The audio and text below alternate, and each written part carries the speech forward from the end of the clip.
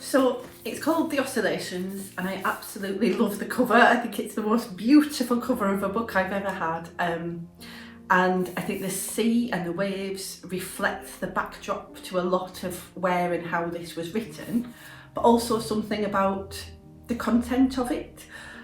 Because the poems, I would say, are often poems about how our identity is formed in relationship to other people, basically. And that might be in relationship to an audience, in relationship to our parents, in relationship to our loved ones, our partners, and in relationship to a place. And really that was the collection that I was working on over the last few years. So there were and are a lot of poems in the book about being both from Bradford, specifically in Yorkshire, and being northern, and some of that's in connection to my parents and their relationship to place, which has slightly dark, sinister elements, which will hopefully become evident in reading it. Some of it was poems about my neurodivergent identity, because I got an autism diagnosis in 2017, and some of it was poems about my identity as a woman.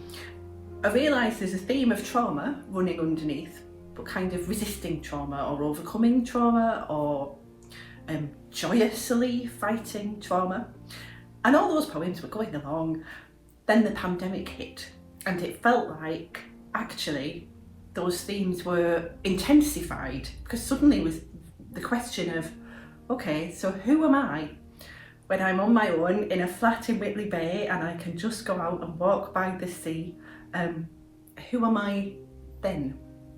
And I also didn't want to forget that time, that lockdown time, and particularly the first lockdown from April to August of 2020. So I've tried to capture some of that, but hopefully it's not, I mean, there's a lot of darkness there, more than is usual for me as a funny performance poet. This is me in much more serious page poet mode, but it ends on a hopeful note. I felt like that was really important, and actually I feel really hopeful. So this is the last poem in the collection. It's called Emergency. Promenades and tables, refilling like the drip drip of the espresso machine. We look for normal, we look for calm, trying to forget even air could cause us harm. And all the time you were there, necessary and breathable, as parts of us kept emerging, like an arm out of a stuck sleeve, that big orange moon, the ferry beyond the pier, a snail after rain.